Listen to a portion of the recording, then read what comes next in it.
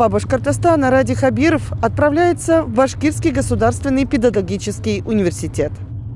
У БКПУ юбилей – 55 лет. С 1967 года здесь готовят педагогов для школ нашей республики и соседних регионов. С 2021 года БГПУ – партнер Евразийского научно-образовательного центра мирового уровня, а его лабораторные разработки уже внедряются в нашу с вами жизнь. Добро пожаловать, Ради Фаридович. Ну, здесь коротко это у нас белый зал. Мы здесь меняем выставки, вот представили все, что Худграф сегодня делает. Ваш Худграф, да? Наш Худграф у нас. Наша фишка это войлок и валяние, и мы недавно открыли, здесь он был в стесненных условиях. Неделю назад, как раз в рамках подготовки к юбилею, мы открыли нормальную уже с вытяжкой, со всеми делами мастерскую. Вообще потребность есть, экономика, люди брать начали покупать. Задача сейчас стоит, да?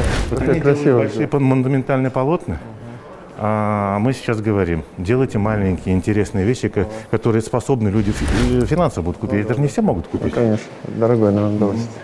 Вот здесь еще хотели заострить ваше внимание, Вы это, конечно, уже видели. Леонид Медхатович, декан нашего факультета башкирской филологии. С вашего гранта мы вот это разработали по 3 диалектам башкирского.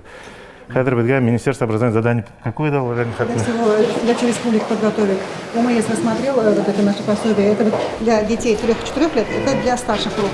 Минимум дуньям и баштанов китаем. То есть мы, вот здесь я указала, 3 диалекта всех охватили, 3 района выступили в качестве наших партнеров. И мы вот на первом форуме учителей башкирского языка была поставлена задача начать изучение башкирского языка с детских садов. И мы пришли к выводу, что надо начать с диалектов. То есть ребенок начинает разговаривать на диалекте, на языке родителей. Ну, самое главное, вот сейчас мы к чему? Мы посмотрели, Ради Фаридович, опять-таки с филологами проговорили. Диалектов же основных 3, а там дальше подразделять еще, там под 40 же. И вот учено-методический совет. У нас недавно совещание было, мы попросили ваш факультет вместе с факультетом БГУ проанализировать вообще все методики существующие, которые проанализировать, как у нас в полилингвальной школе, прям вам разделиться, может быть, поехать, потому что чтобы мы хорошие дела затеяли. Вот основное еще это момент. Для школ для садиков уже 3 основных диалекта разработаем, и в сентябре задачу поставил, и Азат Шамиль задачу поставил, что в сентябре... Бұл тәрбиесімен бірге өздері қатынаштылар, өз районның тәрбиесі. Балаларға балаларға, вот это вот. Мына қойырға, мына пазыл ерға, вот балаларға, бұл тәрбиестерге. И өз диалект мында. Патриот әдірлейбеді, өдебеден ехаттан асылып кетті, менің Башқұртстаным тепеді. Үйімді, әсейімді яратам, Башқұртстан мен ғұрырланам. Нейдер, кімдер, әбелдер әсейім тепеді, сәрлібаштар әнейім тепеді, бұлар әнейім инейім теп, но понятно, что это барыбір әсей бетінде. Туған тіл бірі болуын. Действительно, интересно, вот эта работа получилась, она по диалекту. Это Худграф ваш, да? Да, Худграф наши ребятишки. Института. 50 лет через 2 года этому факультету будет. Сейчас мы с вами, Ради Фаридович, на естественно-географическом факультете находимся. Лера Ардертовна, вы вручали в конце года благодарственное письмо. Доктор наук, руководитель нашей лаборатория альгологии. Дальше, вы... Да, мне хочется сказать, что мы очень рады видеть на нашем факультете, потому что факультет старейший. И здесь очень мощные традиции не только педагогической науки, но и классические направления тоже очень развиты, в том числе научно-исследовательские. То есть наши профессора известны не только в Башкирии, но и в России. Мы разрабатываем биопестициды и биоудобрения, абсолютно экологически чистые для сельского хозяйства. Это с хозяйствами сотрудничаете? Нет? Да, но в основном пока мы работаем с фермерскими хозяйствами, они очень заинтересованы, причем предлагают еще более расширить ассортимент. И вот это наша лаборатория современных исследований. Мы здесь... Это одно из 2 направлений, с которыми БГПУ вошел в Евразийский НОЦ. Это первое эту штуку мы купили. Так, для нас сегодня исторический момент, потому что мы будем осуществлять запуск фотобиореактора. Университет его приобрел за 4 миллиона рублей. Это современное оборудование, которое позволяет получать биомассу водорослей в короткие сроки. И затем, в дальнейшем, мы планируем, что вот эту биомассу, которую мы будем получать, ее можно использовать не только для нашего проекта, но, например, предложить коллегам из медицинского университета производить сначала биологически активные добавки с антиоксидантными свойствами. Но кроме того, мне хочется отметить, что вот при культивировании водорослей поглощается углекислого газа 15-20 раз больше, чем способны переработать деревья. И вот у нас в Башкирии есть карбоновый полигон, и мы бы с большим удовольствием вошли бы туда, потому что... Мы обязательно вас включим. Да, вот смотрите, если мы поставим там вот эти вот биореакторы, причем можно не такие энергоемкие, да, даже просто сосуды без освещения, просто чтобы была аэрация, мы сможем поглощать огромное количество углекислого газа, при этом нарабатывать биомассу для других проектов. То есть перспективы поистине безграничны. И вот сегодня я прошу вашего разрешения запустить этот биореактор. Мы официально еще не запускали. Пробуем. Да, вот смотрите, вот эта вот как бы емкость, это сосуд, где у нас идет синтез, ну вот этого суспензии. Значит, я ее помещаю сюда. Почему? Потому реактор, что, да, потому что там у нас источники света. Они подобраны для того, так, чтобы синтез происходил в максимальные сроки. Вот сейчас, надеюсь, руки не очень сильно затрясутся. Так, вот мы ее ставим сюда, эту емкость. Так. Ничего не взорвется? Нет, все, это безопасно. То, что Лера Альбертовна говорила, как раз вот в этой штуке и можно воздействовать по-разному, менять. Так, да, и вот здесь вот эта кнопочка у нас есть. Вот, все, биореактор у нас запущен. И посмотрите, есть еще и оборудование, но пока нас не было, которое позволяет... Заработало, да, вот свет пошел. Вот воздействие вот оттуда идет. Вот. И вот смотрите, вот у нас идет график. И мы вот выставили режим, например, меняем свет, да, и можем, и очень хорошо еще для научных публикаций, то есть самые топовые журналы мы можем публиковать вот эти вот все наши разработки.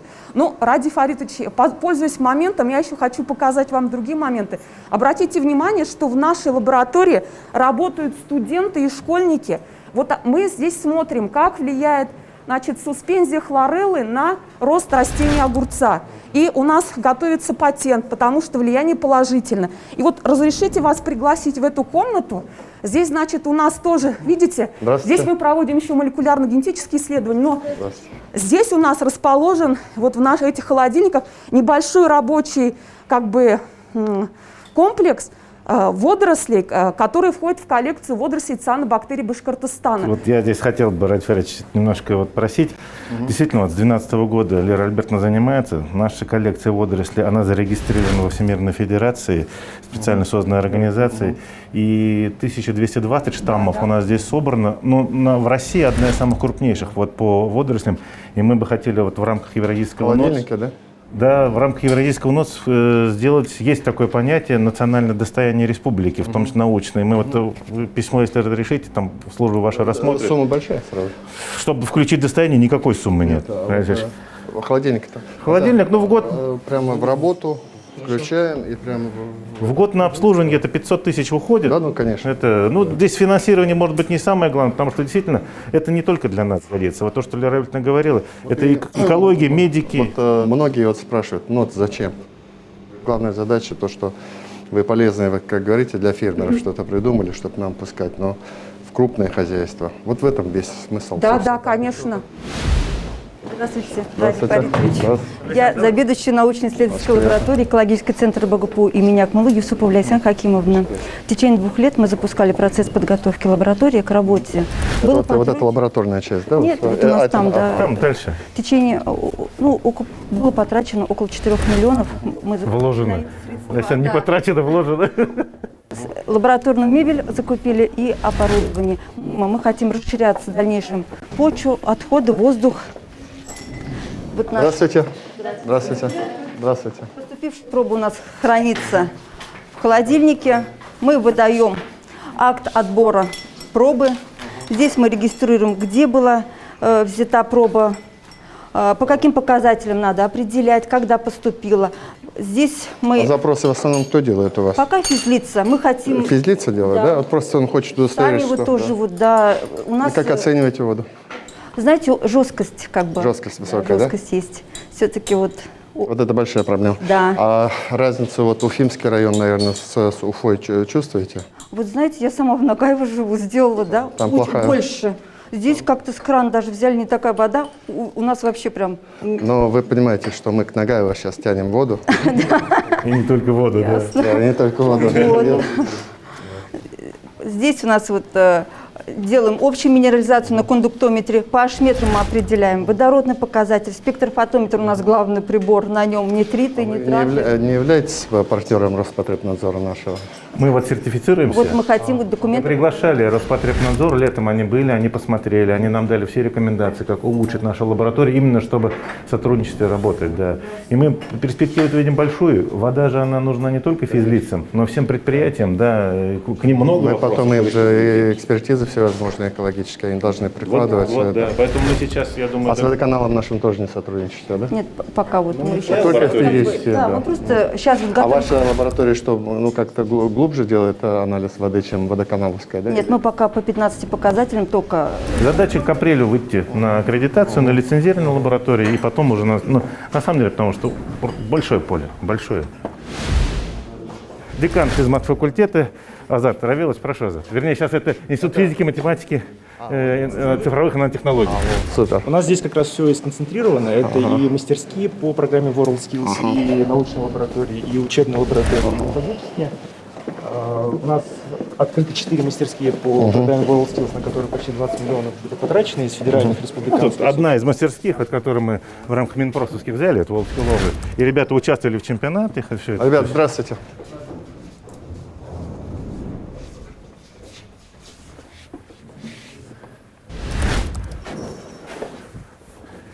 Далее у нас хорошая даже материально-техническая база по лабораториям учебным. Здесь Это аудитория, да? преподавание, да. Вот одни парни здесь на физмате, получается, да? Не только. И современная комплексная лаборатория Вот о чем я физики. говорил. Жорж. Мы 3 лаборатории снесли, Здравствуйте. купили вот одну, и она теперь закрывает, вот эта комната закрывает не только физмат, но и все другие по специальности. Это вот современное оборудование? Комплексная, вся физика вот здесь. Почти вся. 4 здесь, На да? третьем этаже у нас еще 2 лаборатории, которые в этом году тоже обновились почти на 3 миллиона, и мы там 31 позицию закупили. Это только учебная. А вы заведующий, да, вот этой лаборатории? Ну, я, скажем так, автор этого кабинета. Скромно, да? Молодец. Она рассчитана не только на физмат направление, это в том числе и ЕГФ, потому что здесь все лабораторные по всем разделам физики. Это очень удобно, особенно когда курс небольшой. Здорово. Ну, то есть, собственно, вот примерно так лабораторное занятие, оно в таком количестве. Да, на подгруппы же делится там, Да, лаборатория. Ну, лабораторное. Да, да. Ладно. Спасибо. Здравствуйте. Здравствуйте. Здравствуйте. Рад видеть вас. Хайрлы Кыныч. Здравствуйте. Здравствуйте. Вот, Радик Фаридович, наша традиция, почетным профессорам нашего университета, мы открываем именные аудитории, приурочили кабинет методики физики, именная аудитория почетного профессора Эдуарда Шархоловича Хамитова. Именно он в нашей республике зачинатель, так скажем, методики преподавания физики. Пожалуйста, по-моему, самое большое время вы работали ректором, так ведь?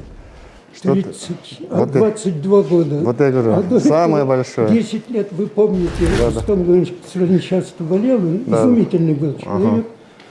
Значит, он 10 лет проработал. 8 из них я исполнял его же обязанности. Понятно, понятно. Я также, как и вы, Спасибо. служил Хорошо ответить. республике. Спасибо. Спасибо. Горжусь этим. Спасибо. Потому я и вернулся. Вообще-то, я уже говорил, я был первым избранным деканом в Советском Союзе. Это единственный педвуз, сначала в Советском Союзе, теперь уже в России, где наибольшее число школьных учебников являются авторами наших по химии, по биологии, по физике. А вы, получается, на выпуске учителя физики, математики, да, получается? Ну, хорошая, очень нужная профессия, очень нужная. Мы постараемся создать вам условия. Спасибо. Всего доброго. Но мы увидимся еще. Среди руководителей республики вы первый, надеюсь, не последний человек, кто вышел из вуза. Договорились.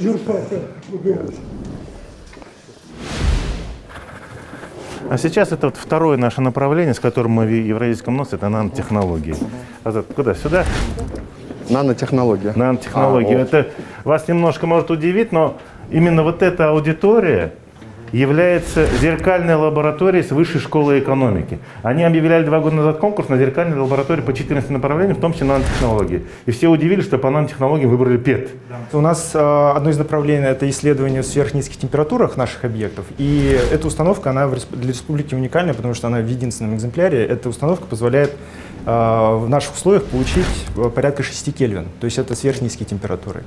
Вот. Причем установка, она полностью автономная, то есть не требует дополнительного жидкого гелия или каких-то других газов, что нам сильно упрощает задачу. Во-первых, нет расхода на эту установку. Она позволяет проводить комплекс исследований и изучать сверхпроводящие материалы, что, в общем-то, удается делать в этой лаборатории, особенно высокотемпературные сверхпроводники, которые сейчас очень актуальны и в промышленности, и вообще на производстве. А совет у вас есть математический, нет? К сожалению, нет. Нет. То есть, наверное, на матфаке защищаетесь, да? Но БГУ? На химфаке. На химфаке. Это физическая химия. А какой-то есть у вас совет кандидатский хотя бы? Математика, физика, химия? В БГПУ у нас 2 совета, один филологический, другой педагогический. Ну, педагогический есть, да? Конечно. Ну, конечно, да. А педагогический какой, кандидатский или докторский? Оба. И филологический, и кандидатский, и докторский. Алексей Николаевич. Здравствуйте. Добрый день. Да, приветствую. Очень рады вас видеть. Проходите, пожалуйста. Здравствуйте. Для нас это большое событие. Это вот... Мы находимся в Институте физики, математики и так далее, в том числе и нанотехнологий. Я имею отношение к концовке названия этого института «Нанотехнология». Мы занимаемся уникальными объектами. Сами по себе объекты ничего интересного. Это просто-напросто полимерные пленки, которые у всех на слуху. Это что-то вроде полиэтилена. Полиэтилен, что это полиэтилен? Да ничего особенного. Оказывается, ничего подобного. Мы научились полиэтилен превращать в металл. При этом переход от изолятора, привычного всем, полиэтиленом все это провода обмотаны как изоляционным, переход в это металлическое состояние мы им умеем управлять. А по физическим параметрам сопротивление – это самый широкий диапазон. 10 в 18 степени раз можно. Поэтому здесь сразу это новое явление, и, конечно, хочется это сразу применять. Потому что применение здесь охватывает… на примере даже трубопроводов, да? Колоссально, да. Вот с «Газпромом» работали, показали им свои разработки, что полимерная пленка, условно говоря, тот же самый полиэтилен, в состоянии чувствовать, что происходит с металлом, на который нанесен. То есть это не разрушающая диагностика, мы видим, какой тип деформации, пластическая, упругая, зарождается там дефект, как он развился, сколько прослужит эта труба.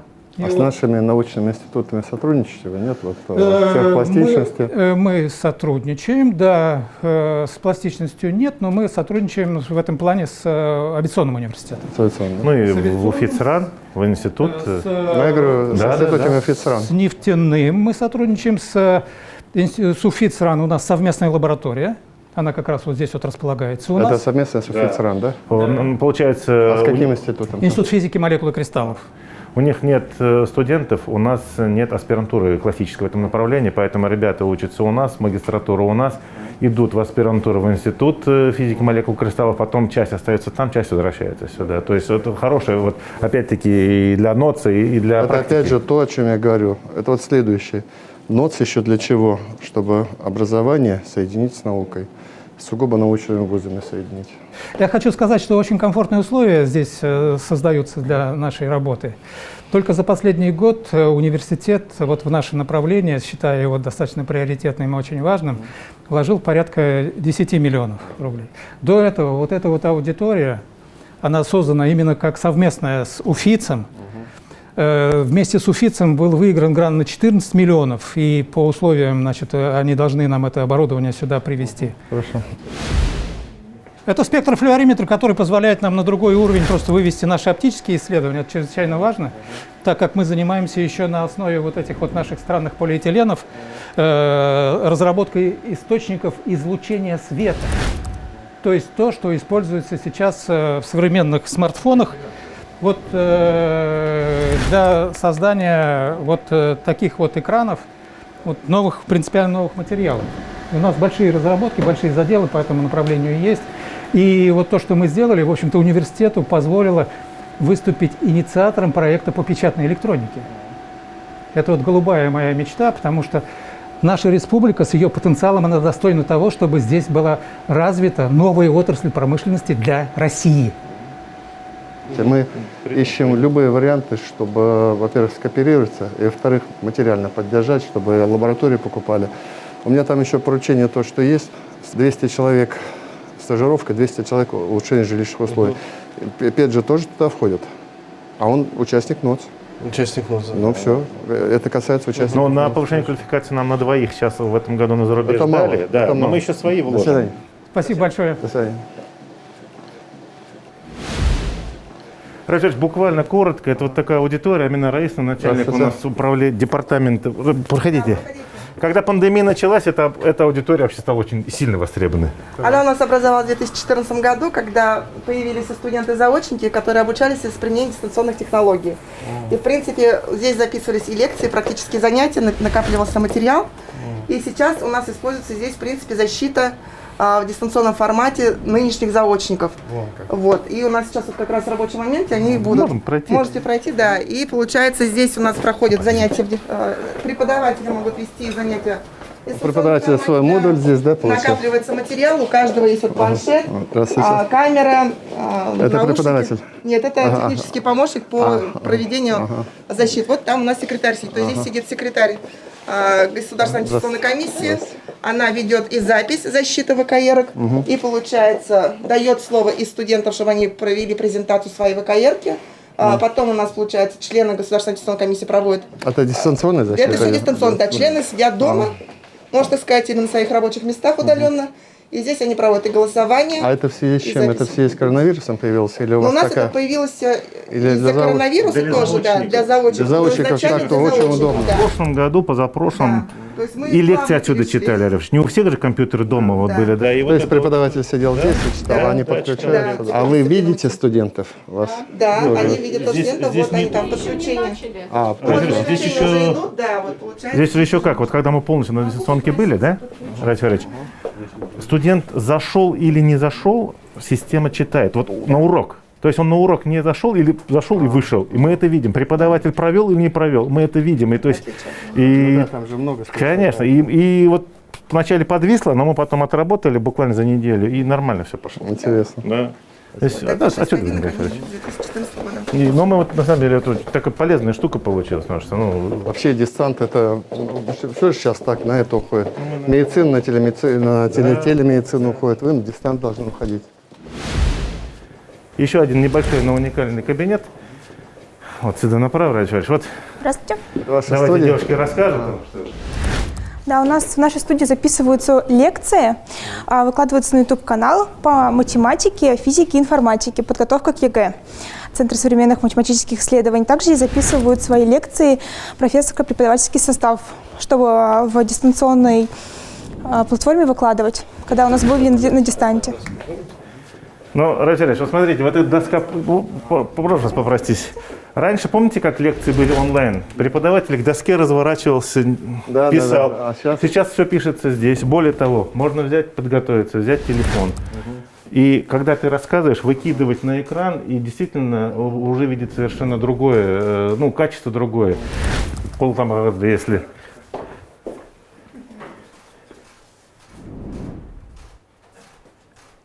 Спасибо. Рафич, как вам экскурсия по БГПУ? Я бы не назвал это экскурсией у нас здесь. Все-таки мы с большим задачей приехали. Сегодня 55 лет нашему родному педагогическому университету. Это главный университет, который готовит кадры для обучения почти 500 000 наших школьников. Поэтому тут огромная армия. И он у нас единственный педагогический, по сути. Нам очень-очень дорог. Очень дорог, и поэтому, конечно, сегодня мы пришли поздравить коллектив. Понравилось? Очень. Здравствуйте. Спасибо.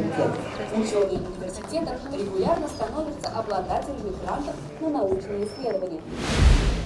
Хәерле сәгатьтә, кадерле кунактар!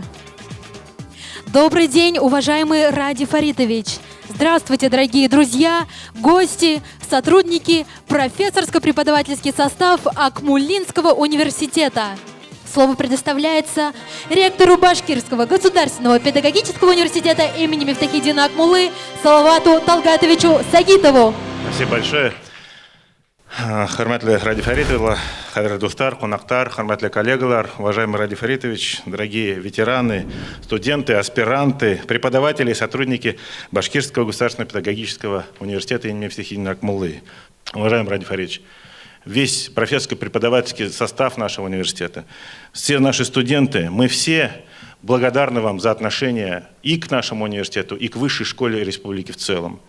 Те меры, которые вы предприняли, та поддержка, которая оказана сегодня нашим университетом, она результат неустанного труда во благо развития нашего региона. И в вашем выступлении вы отметили все крупнейшие проекты, в которых участвует наш регион, и победы наших университетов, в том числе нашего, это, конечно, во многом благодаря вашей поддержке и вашему руководству. За особое отношение и поддержку университета, Ради Фаритович, большие вам слова благодарности от всех нас. Смею вас заверить, что и педагогический университет не подведет. Мы и дальше будем качественно работать. Будем стараться чуть даже опережать, может быть, те педагогические тренды, которые сегодня есть в России. Потому что мы обязаны быть хоть на полшага, но впереди других педвузов. Дорогие друзья, уважаемые коллеги, от имени ректората и себя лично я поздравляю искренне всех студентов, аспирантов, преподавателей, сотрудников и ветеранов БГПУ с нашим общим праздником. Желаю всем нам крепкого здоровья, благополучия, профессионального вдохновения и больших достижений. Благодарим вас, Салават Талгатович. Слово имеет глава Республики Башкортостан Ради Фаритович Хавиров.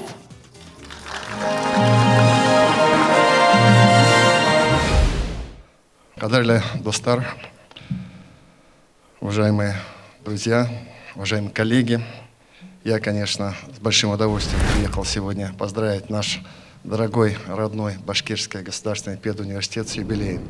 Десятки тысяч выпускников Башкирского педуниверситета преподают, несут знания и сегодня обучают почти 500 000 наших учащихся. И, конечно, это заслуга вашего коллектива. Мне кажется, вот такая плеяда замечательных руководителей работает. И, конечно, мы все сегодня должны и ректорам, и проректорам, и в целом аппарату управления университета пожелать успехов.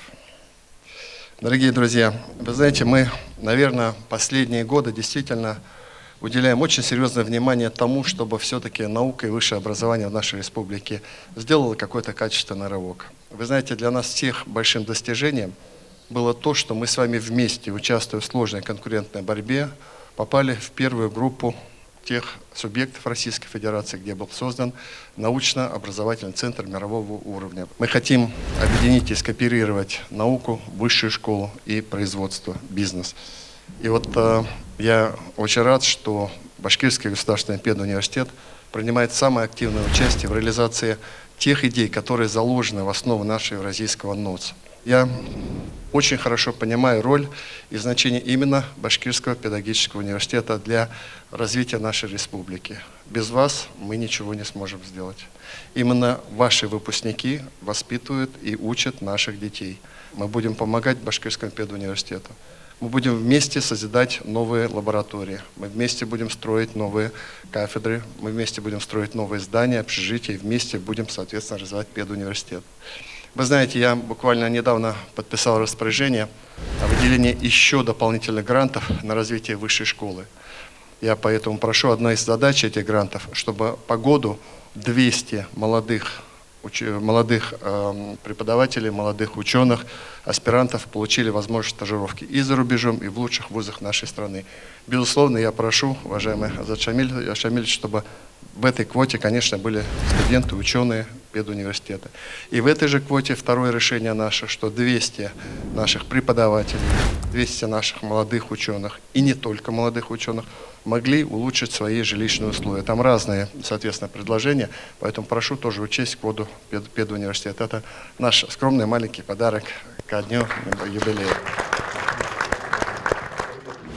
Ради Фаритович, ну а ваше студенчество Вспоминается? Вспоминается, конечно. Вот студенты молодые, задорные. Это лучшие годы. Я всегда говорю, это лучшие годы, которые надо правильно прожить, получить знания и в то же время быть такими, счастливыми, абсолютно выражение. Вот поэтому поздравили университет, поздравили студентов, преподавателей, ректоров. Хороший праздник. Спасибо.